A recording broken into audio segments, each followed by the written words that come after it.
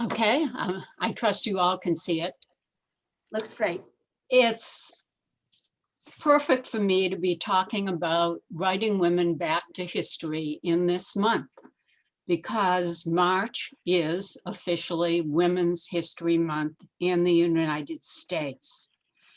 It all began way back in the 1970s when a group of women in Sonoma County, California, where else, as you know, everything seems to begin in California, had been doing a survey of American history textbooks. They found that only 3% of the content related to women. They decided they should highlight women's achievements and contributions, and they would begin by holding a celebration of International Women's Day, which is March 8th, which then turned into a celebration of Women's History Week. This is a photo of them marching in 1978. As a result of their efforts, they founded something called the National Women's History Project. It was designed to be a clearinghouse for materials about women, to encourage the discussion of women's history, to provide resources, to provide various kinds of conferences. And today it has turned into the National Women's History Alliance. It is a wonderful resource for any of you who want to find books for children on women's history, want to find various kinds of things to celebrate what women have done for this country. It's a very, very important organization, and I am happy to say that I have benefited from their resources. I've been to their conferences. They were a great help to me when I was first starting to teach women's history. They not only organized, they lobbied for a broader celebration of women in the United States. And so today we have Women's History Month, and this is the official Women's History Month proclamation from this year. It is really impressive. This is only part of it, but if you look at it, each year, Women's History Month offers an important opportunity for us to shine light on the extraordinary legacy of trailblazing American women and girls who have built, shaped, and improved upon our nation. Throughout American history, women and girls have made vital contributions, often in the face of discrimination and undue hardship. Courageous women marched for and won the right to vote, campaigned against injustice, shattered countless barriers, and expanded the possibilities of American life. Our history is also replete with examples of the bravery and grit of women in America, particularly in times of crisis and emergency. Women served our nation during World War II. They led organizing and litigation efforts during the Civil Rights Movement, and they represented the United States on the global stage in the fight for human rights, peace, and security. Far too often, their heroic efforts and their stories have gone untold, especially the millions of Black women, immigrant women, and others from diverse communities who have strengthened America across every generation.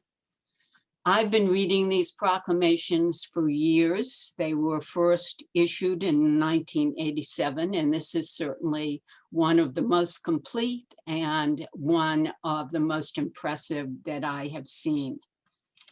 The field of women's history has exploded in the last 50 years.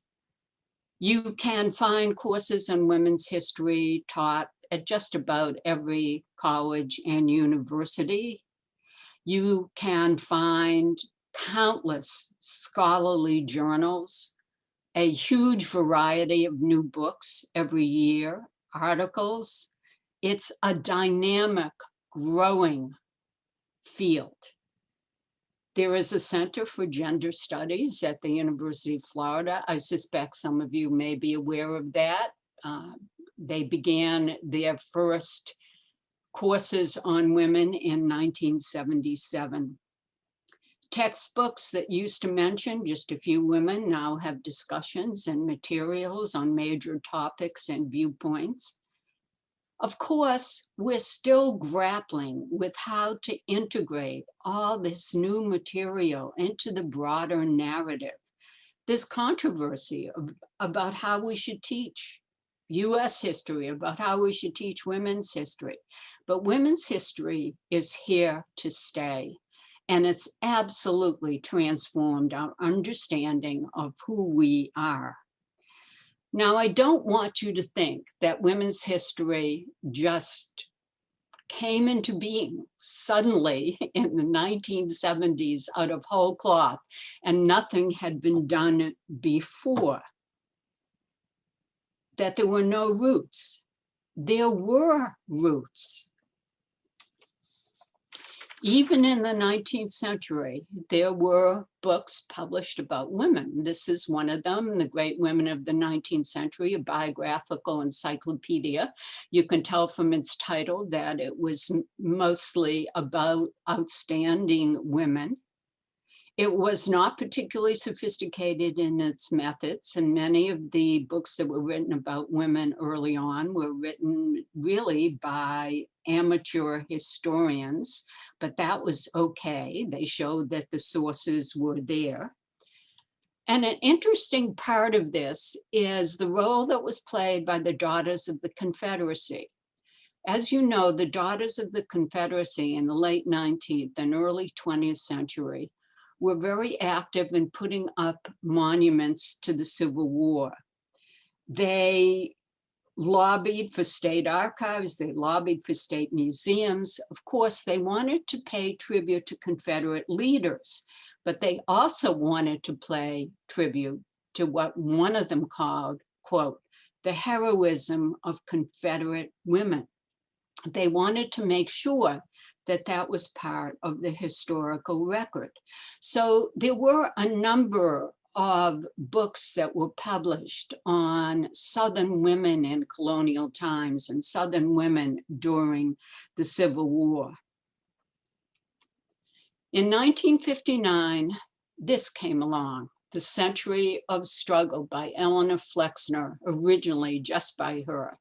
It was the go-to book to understand the history of women's suffrage. And although it has gone through many revisions and additions, it is still one of the most detailed history of the women's rights movement from Seneca Falls in 1848 to the vote being achieved in 1920.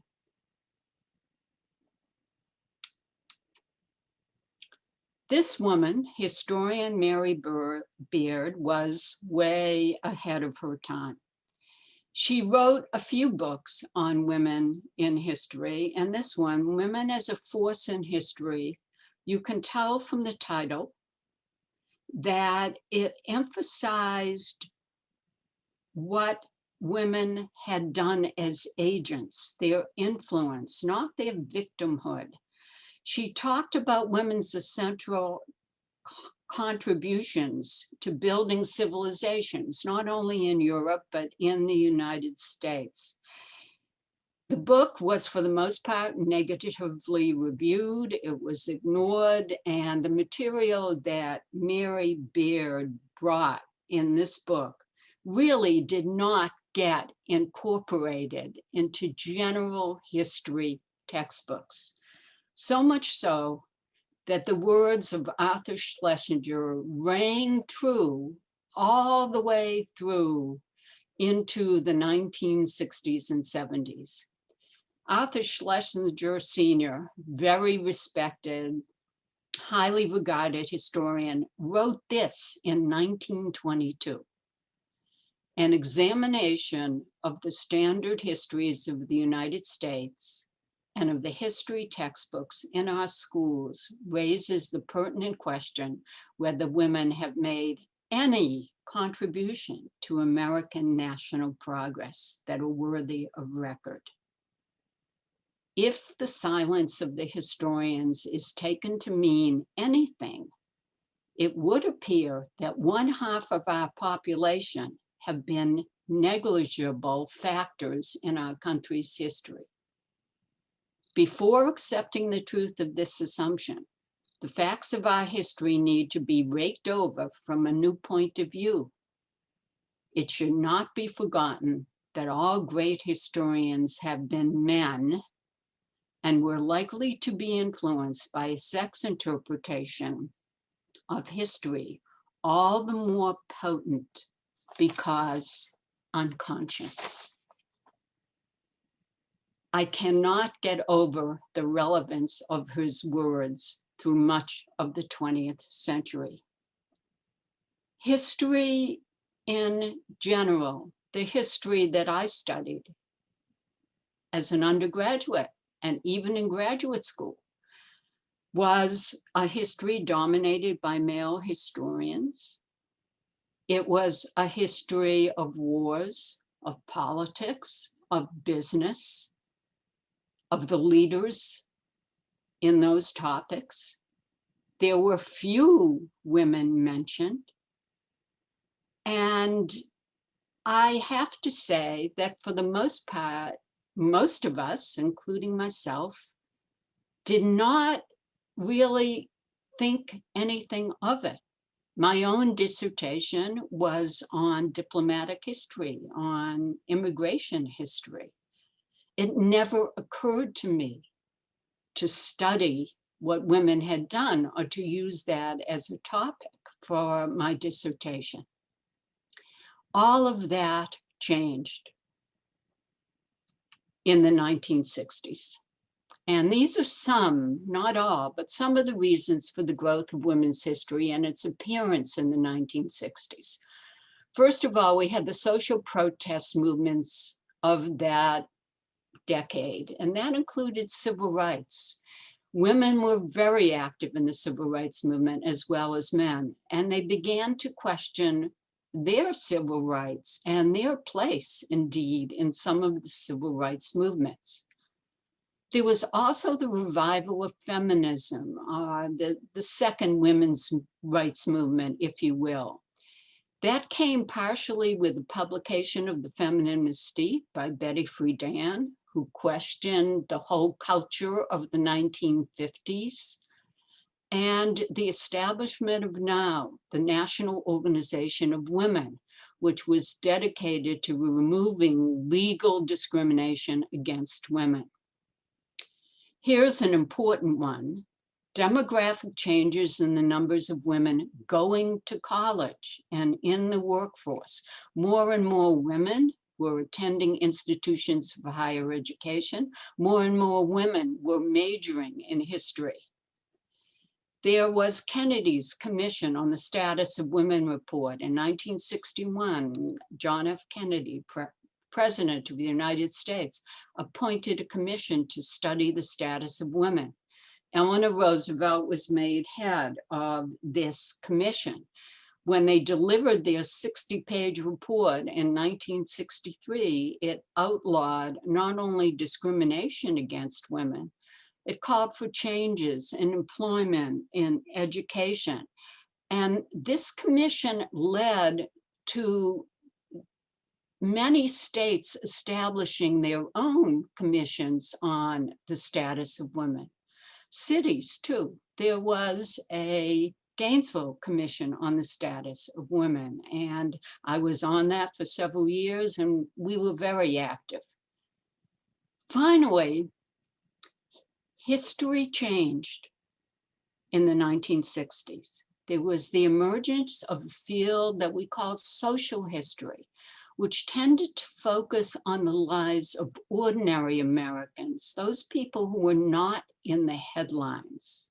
And then this field challenged the traditional emphasis on politics and wars. women historians everywhere suddenly began to question what they were reading, what they were studying, and what they were teaching.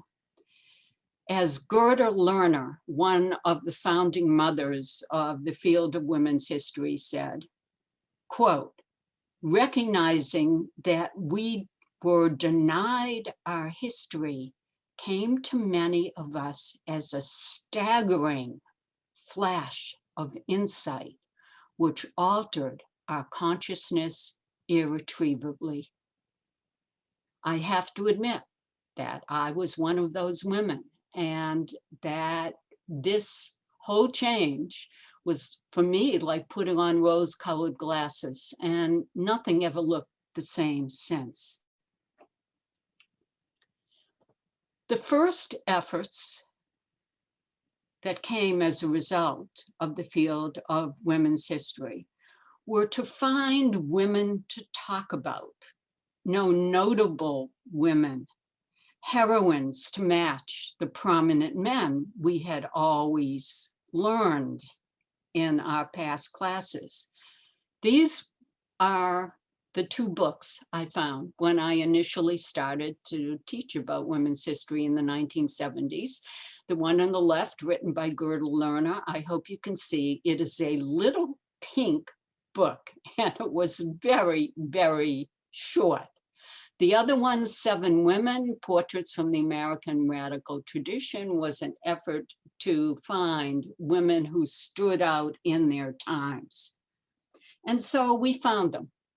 We found Abigail Adams, wife of John Adams, who in 1776, when her husband was at the Continental Convention, had written a famous letter. Remember the ladies and be more generous and favorable to them than your ancestors.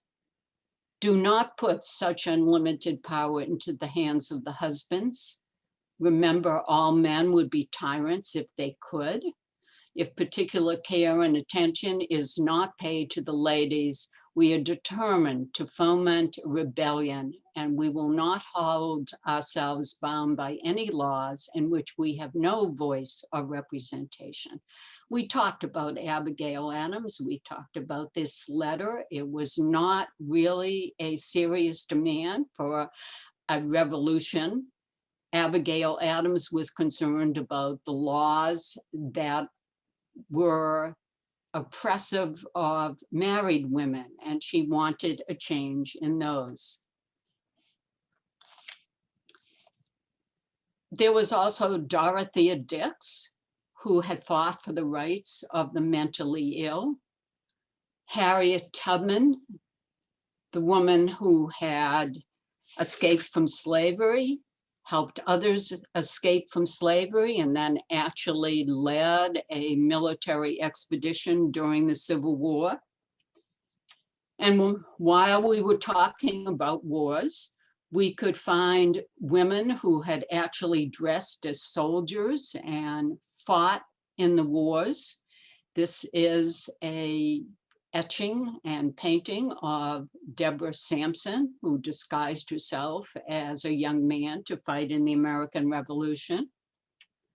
For the Civil War, we found about 1,000 women who had dressed themselves as men, like Frances Clayton, and fought in the Civil War.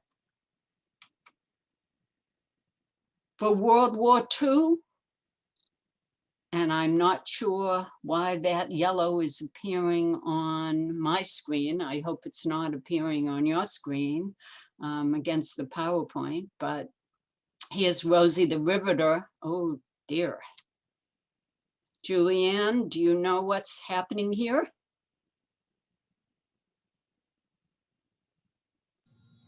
I'm here. I don't know, Barbara. We'll just have to treasure your words. Just go ahead. Okay, I just hope that's not my computer about to fail me, but I don't quite understand this. At any rate, these are images of Rosie the Riveter, who of course, represented in the Norman Rockwell cover on the left and the actual photographs on the right, represented the women who by the millions went into the war factories during World War II.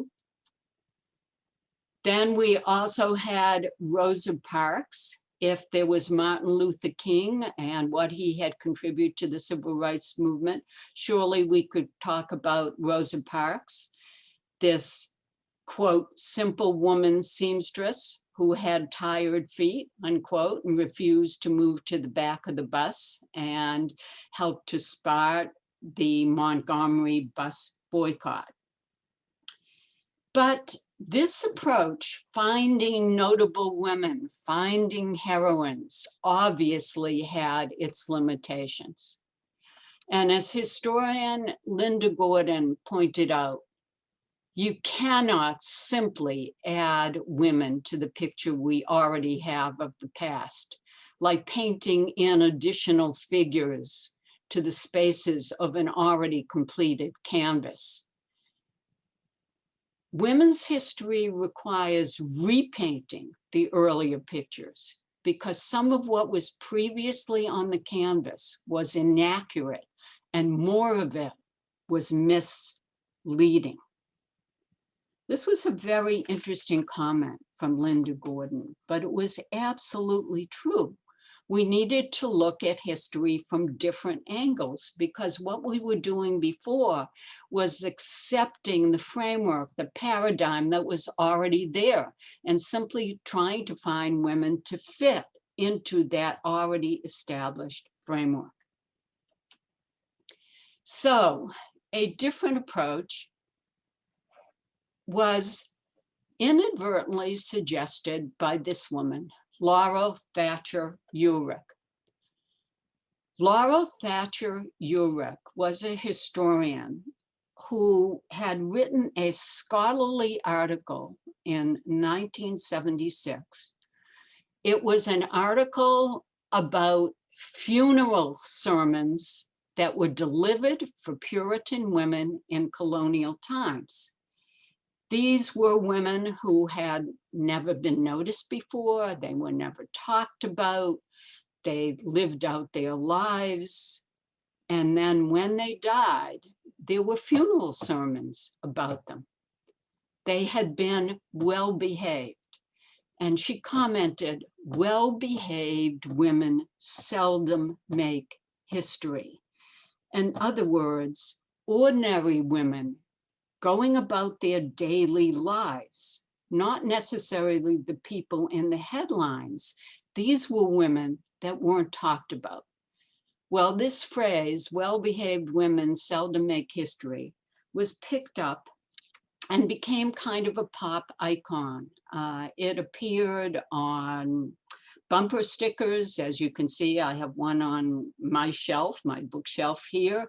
It appeared on t-shirts, it appeared on tote bags, but it wasn't used in the way she had meant.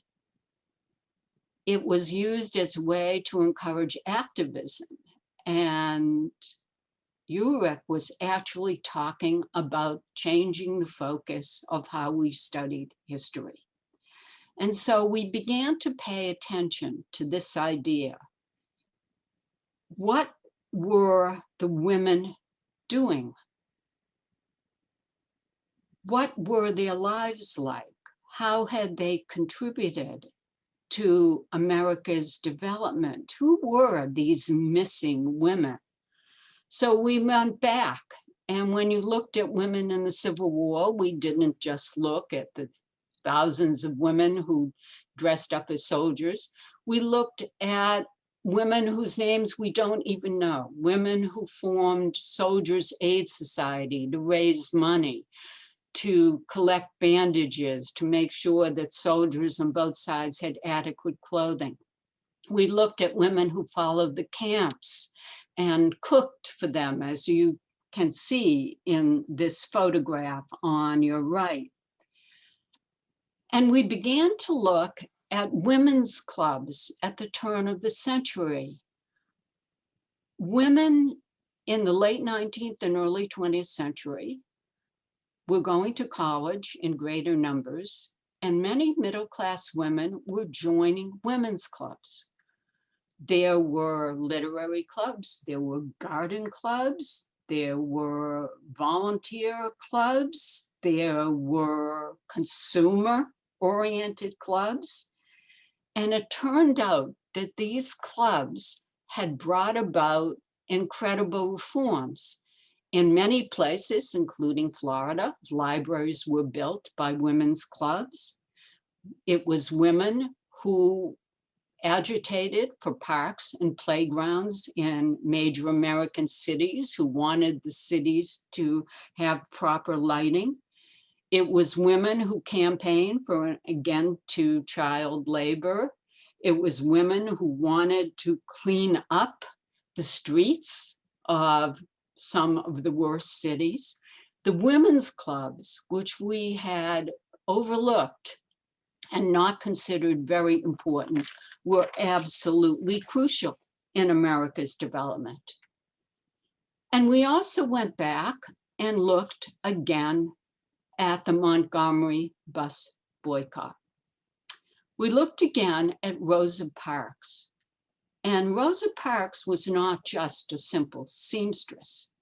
Rosa Parks, who has been called, quote, the mother of the civil rights movement, unquote, had been a member of the Montgomery chapter of the NAACP for many years. She had attended workshops at the Highlander Folk School in Tennessee, which had discussed the Brown versus the Board of Education decision. She had confronted bus drivers before. Not only that, the boycott in Montgomery was organized by these women. They were part of a group called the Women's Political Council. Many of them taught at Alabama State College. They had been working behind the scenes for a very long time, trying to desegregate the buses, making demands on the city, and getting nowhere. They were the ones who printed up 52,000 flyers overnight to be distributed to call on people to boycott the city buses. What Rosa Parks had done was important, but there were all these other women who were involved. The search for other women, the missing women, also led us to reevaluate the women's suffrage movement. And this came to a head last year when we looked at the 100th anniversary. Most history books, even when they said practically nothing about women, mentioned Elizabeth Cady Stanton and Susan B. Anthony, and they talked about the fight for suffrage.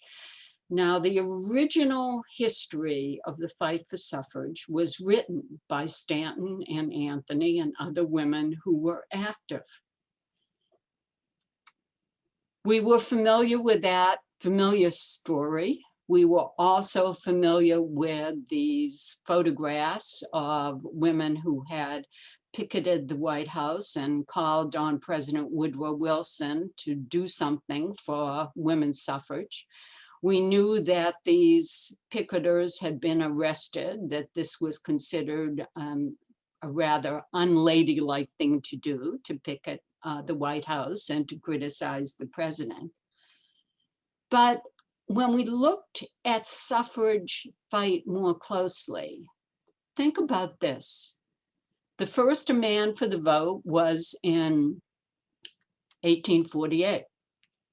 Women's suffrage was won, not given, but won in 1920. 72 years. In that time, there were hundreds and thousands of women who collected petitions, who lobbied state legislatures, who tried to get referendum in their individual states, who marched, who collected names, hundreds and thousands of women, and they were not all white women. You get that impression if you simply read the Stanton Anthony version, but there were Black women who were fighting for the right to vote, important Black women. Ida B. Wells, the crusading journalist who took this country to task on the subject of lynching. She was important in founding something called the Alpha Suffrage Club in Chicago. It was the first Black women's suffrage club in the United States. And in 1913, when there was an enormous march in Washington, parade, protest against Woodrow Wilson, Black women were supposed to walk at the back. But Ida B. Wells, as you can see, refused to do that, and she came and marched with the Illinois delegation. There was Nanny Helen Burroughs, who was very active in the Baptist Church, and she had founded something called the National Women's Baptist Convention. Eventually, they had 1 million members, and they were a powerful, powerful organization of African-American women who were supporting suffrage.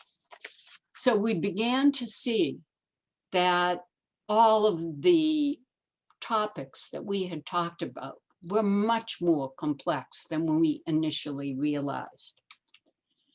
By the 1980s, another device for studying women's history had become popular. It's called the analysis of gender. And it means essentially that we look at the historical and cultural construction of roles assigned to the biological differences and attributes of men and women. A cultural definition that is reinforced by education, by social mores, by values and institutions. How is gender defined in a specific period? What cultural roles are assigned to women? What is considered proper behavior for women in a specific period? And how does that impact women's lives and choices? This opened up a whole new field of investigation. So, for example, when you go back to the 19th century, one of the most popular magazines was Godey's Ladies' Book, which was published, as you can see, for almost 50 years. This book had advice on how ladies should act in the 19th century. It contained recipes, it contained fashion plates, it contained little stories and poems, and it reflected the 19th century idea that there were separate spheres for men and women, that women operated in a private sphere, in the world of the family. Men operated in the public sphere. They inhabited the world of politics, the world of work, and that's how the gender roles were divided. Now, that was the cultural norm, but wait a minute. There were women who didn't fit into that gender construct. What about slave women and Black women after the end of the Civil War? They were either working in the cotton fields or tobacco fields, or they were working in other people's homes. They did not have the luxury of this ladylike model. And then there were the Lowell Mill girls, young single women who had been recruited into the textile mills of Massachusetts. Somehow the gender construct could be bent if it was economically important to have women in the labor market.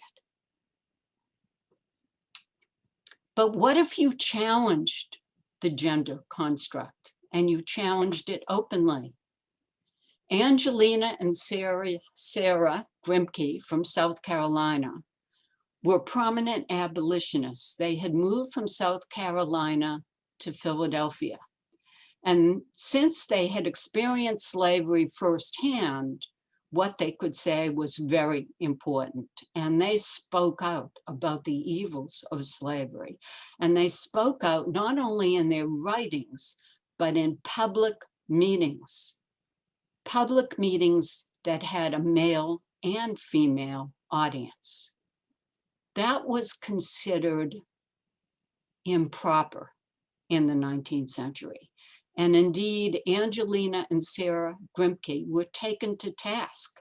They were criticized. They were criticized by ministers for stepping out of the natural place of women, and in fact, even endangering their physical functions by doing this, by doing something that was not women's proper role.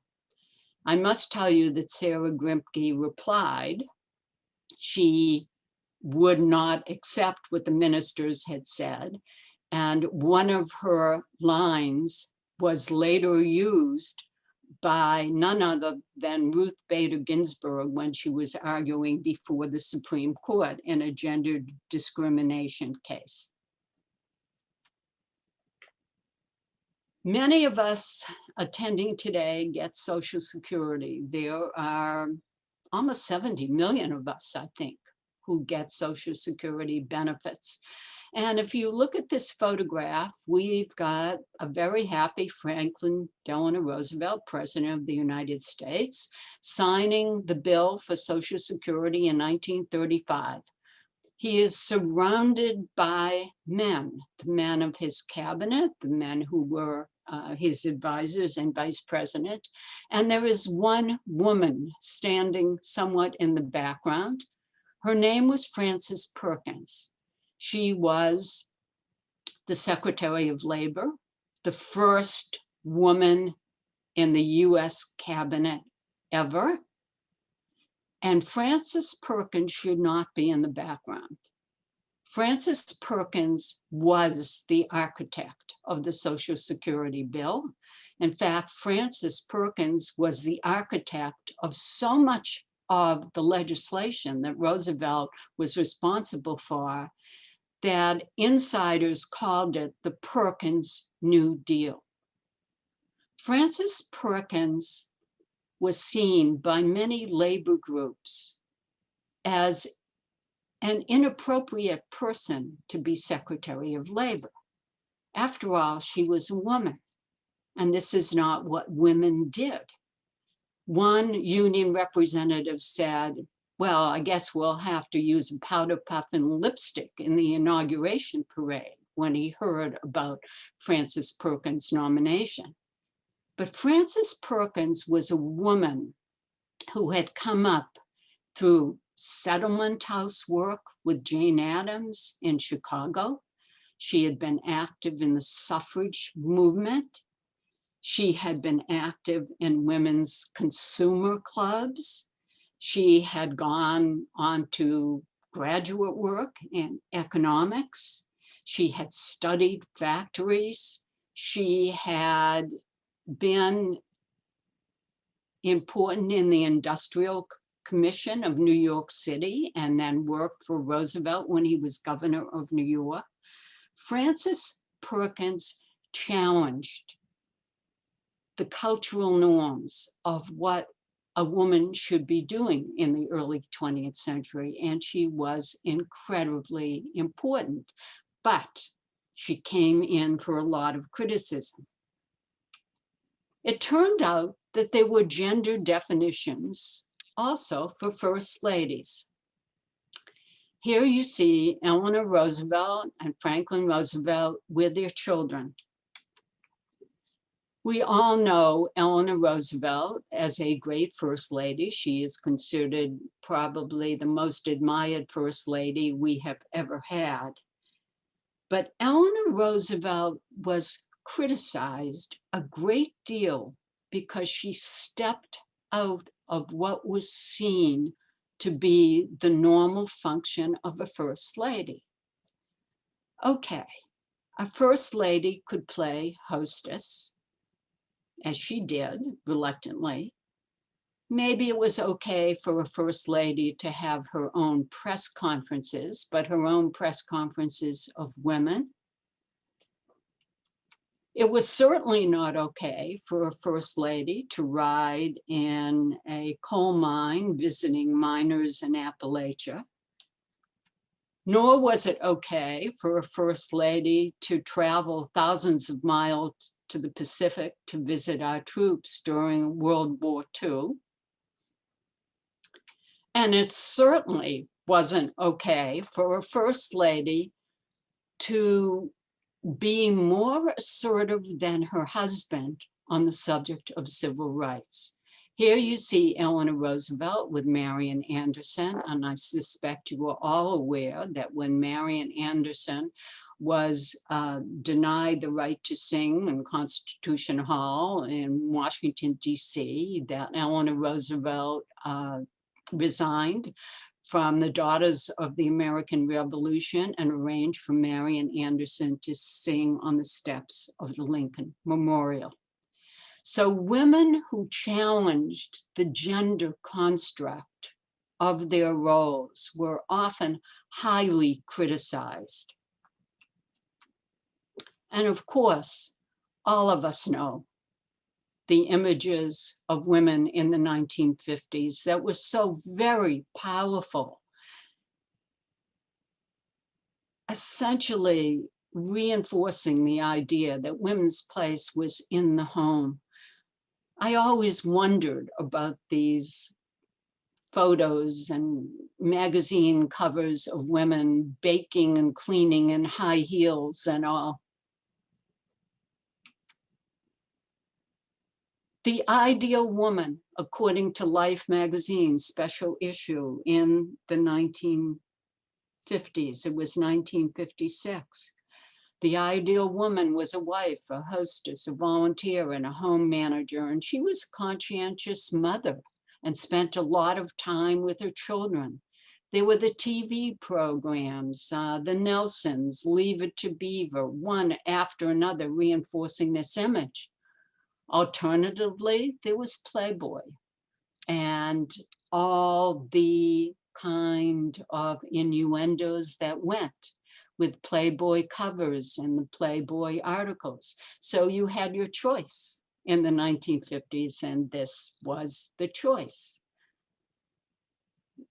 If you looked at what happened in the 1950s, women were dropping out of college early to get married. The marriage age went down to about 19. Women were having more children. If women did go into professional fields, they tended to be shunted to be, they were directed to either be nurses or teachers or secretaries. The gender construct of the 1950s was very, very powerful. On a personal level, I have to tell you that when I opted to go to graduate school, even though I had just found out I was pregnant with my first child, my own sisters tried to talk me out of it. They argued that I wouldn't be able to balance a career and motherhood. And what would I be doing when my child was in a play in elementary school? So that cultural norm that was there in the 1950s was very, very strong.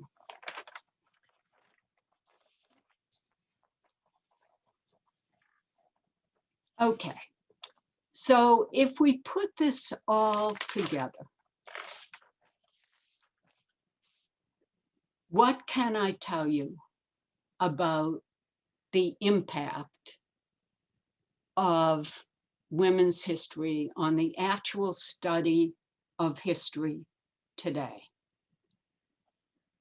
I tried to find this out doing an informal survey of the children of friends who teach American history, and I was encouraged because many of the topics covered are topics that have been recently brought up there seemed to be a greater depth of analysis in terms of women's experience.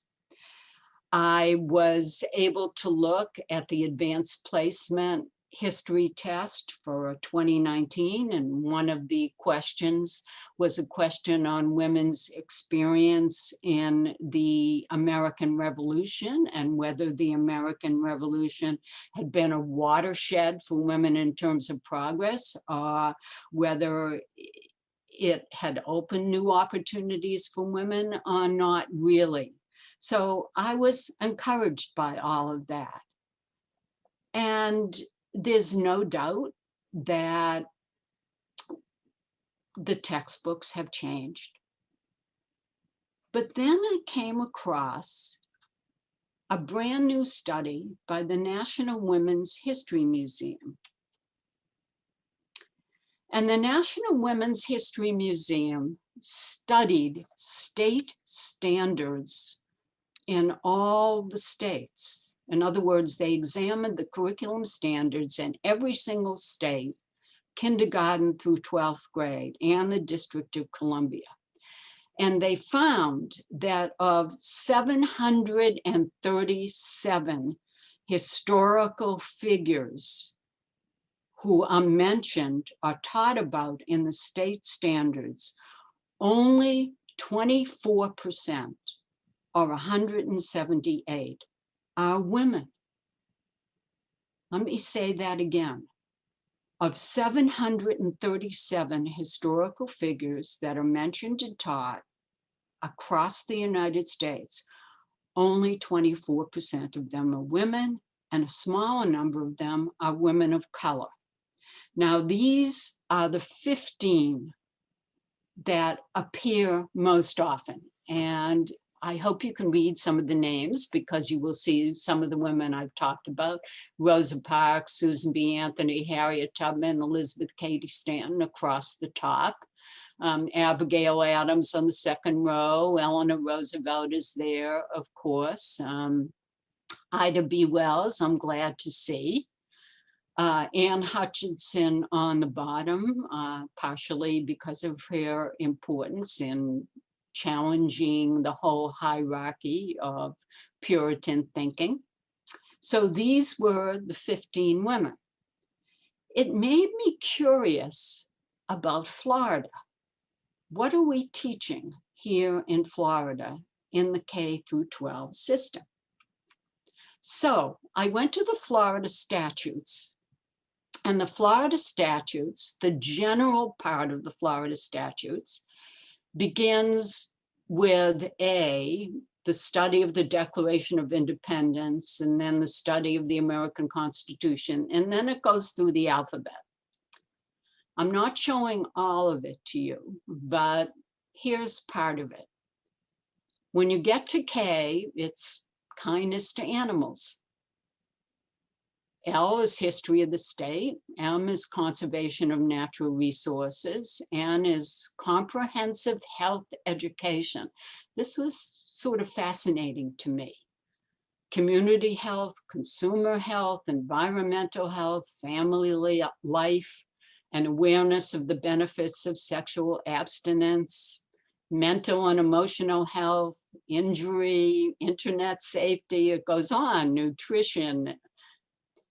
And it includes, I'm glad to see this since I have a teenage daughter in the Florida school system, it includes a component on teen dating violence. O is additional materials and subjects. P is the study of Hispanic contributions to the United States. Q, the study of women's contributions. Now, I have no idea whether this is in chronological order of how topics have been added. I don't think it's listed in a pyramid of importance. I think it's probably more likely that these topics have been added in. But that doesn't reveal the details. And these are the detail part of the detail standards from Florida high school standards. So if you look at them, examining the changing status of women in the United States from post-World War II to the present, identify ways that the roles of women in the United States has changed since World War II, more women in the workforce and politics, the use of birth control, identify violent and nonviolent approaches used by groups such as African Americans, women, Native Americans, and Hispanics to achieve civil rights, identifying important acts of key persons and organizations and the civil rights movement. And it goes on. Very, very detailed number of topics that have to be covered.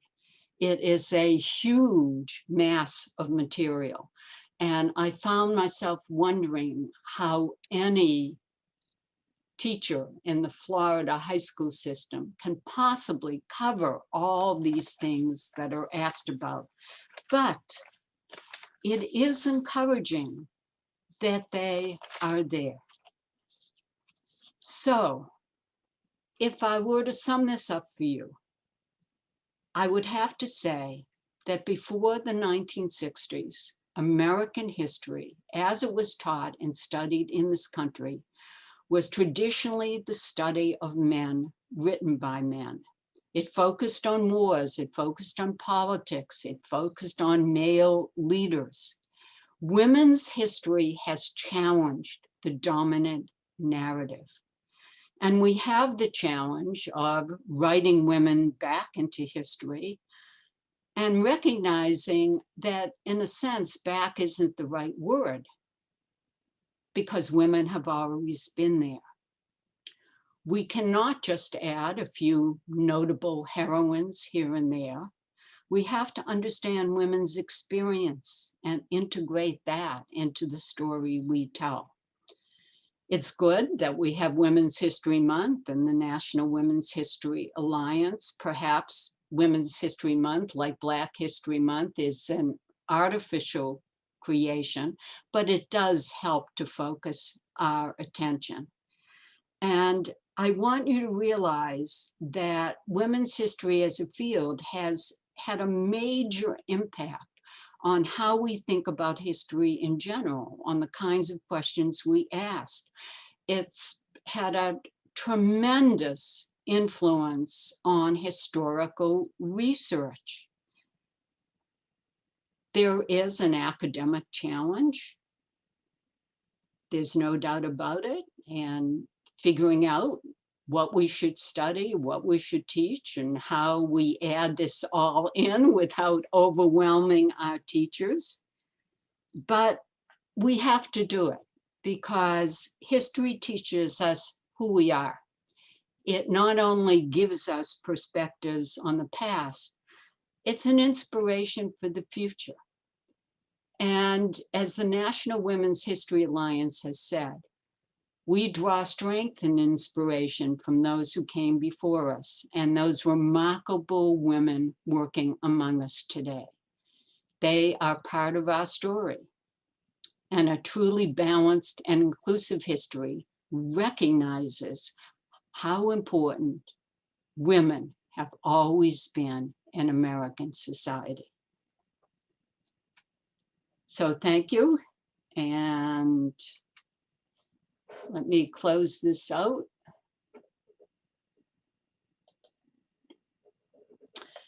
And the yellow line disappears, so that's good. My apologies. I have no explanation. I'll have to look into it. Well, I hope it wasn't on my end because that means that my computer is complaining. No, it's almost like someone had control of a, some kind of a schneider. But anyway. Right. Well, maybe what I was saying was controversial, so people were writing yellow lines across it. I'm happy to entertain questions, comments, anecdotes. All right, so I do see that Deb Dean has her hand raised. So Deb, if you want to unmute.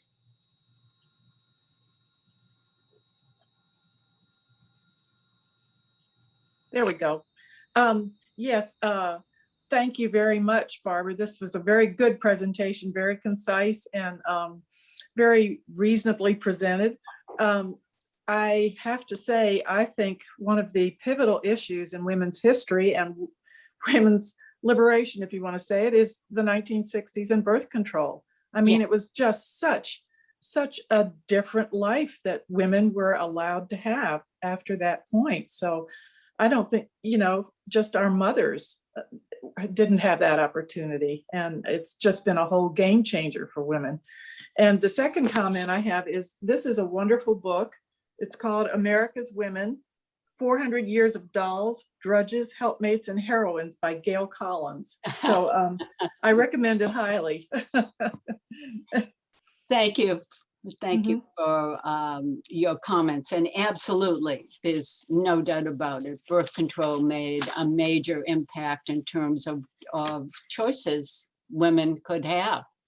And that is also part of many of the state standards talking about how the birth rate started to go down. There was this huge baby boom from 1946 to 1963. We're talking about millions and millions of babies born in that period. And then after 1963, when birth control became more available, the rate started to drop.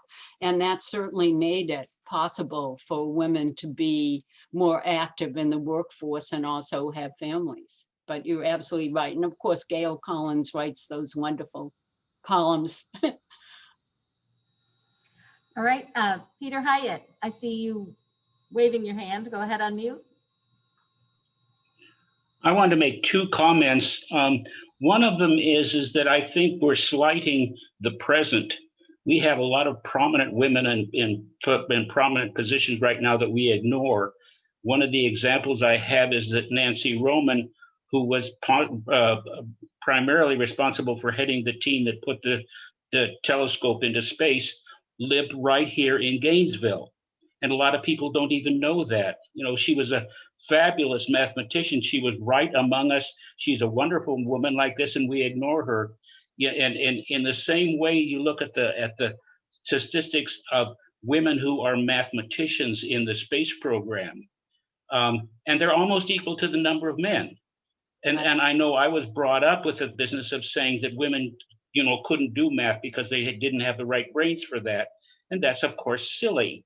But we don't counter that as a present thing of what's going on right now. The other comment I want to make is that I ran into a friend when I used to live in Oregon, and I forget her name, but her last name was Dunaway. She was active with the U.S. Army in being translator for between the Indians and the U.S. Army. And as a translator, she was able to change an awful lot of the treaties that were made between the Army and the Indians and so on. But she was very instrumental in the development of the Oregon Territory like this. Nobody knows anything about her. And I think that, we tend to want to look at all of the women who took positions that were traditionally men's positions, and they filled them.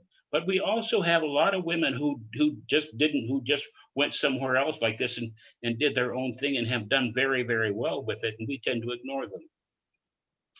Very good points, and I appreciate that. And of course, in terms of women in science, there is a great effort now to attract more young girls into STEM, into the scientific areas, and to recognize their importance. So I would say, in terms of the woman you've talked about who lived in Gainesville, you should write an article about it. You should write a letter to the Gainesville Sun. You should write an opinion piece and make that known. There is a very famous Dunaway who is involved in the suffrage movement. And I'm just wondering whether the person you're talking about was connected in any way. But yes, there are absolutely hundreds, thousands of millions of women out there that we don't know about that were so very important in various areas.